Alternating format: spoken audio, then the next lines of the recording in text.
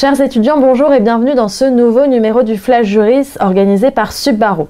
Alors, un thème de dernière actualité ici, c'est le concept de la justice filmée. Le principe initial, c'est l'interdiction.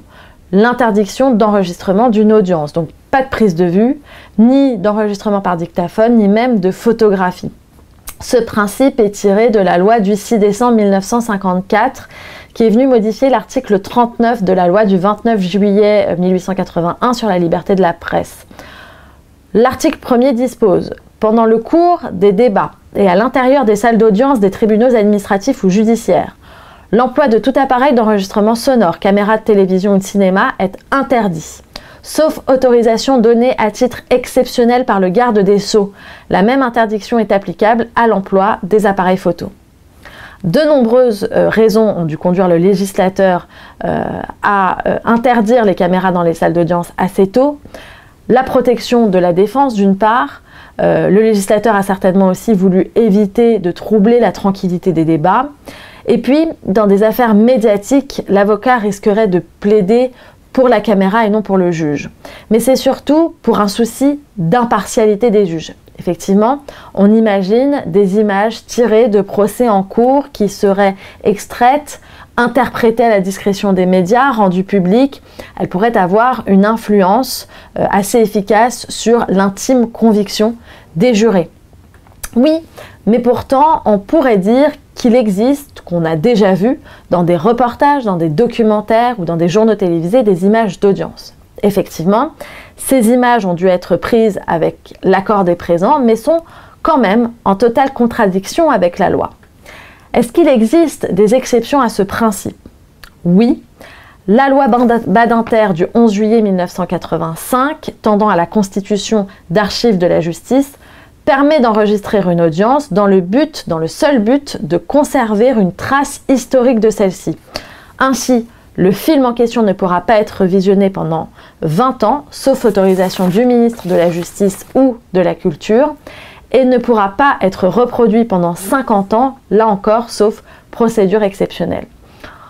En France, des caméras avaient fait pour la première fois leur entrée dans les prétoires à Nuremberg, entre 1945 et 1946, lorsque s'est tenu le procès des 24 dignitaires nazis pour crimes contre l'humanité.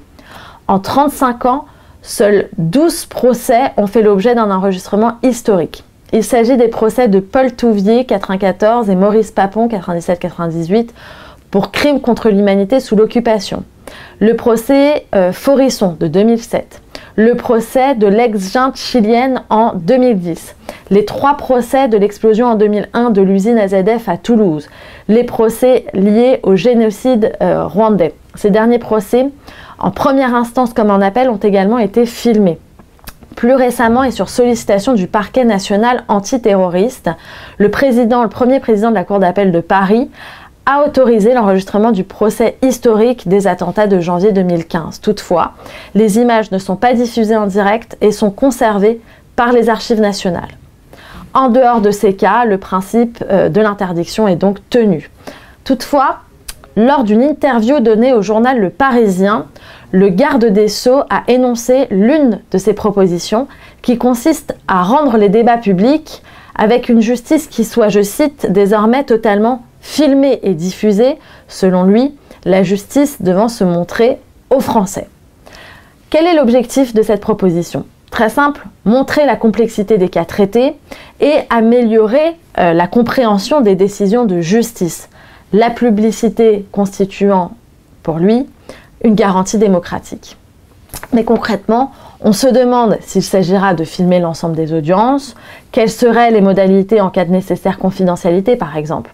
Le ministre de la Justice dit désormais étudier ces différentes modalités et souhaiterait proposer ce changement avant la fin du quinquennat. Évidemment, la médiatisation des procès a indirectement déjà lieu. La justice médiatique, elle, sévit et cause pas mal de soucis à ce qu'on appelle tout simplement la présomption d'innocence. C'est cette liberté fonda qui va ici poser une grosse difficulté. Nous reviendrons avec de nouveaux programmes très prochainement et on vous dit à très bientôt.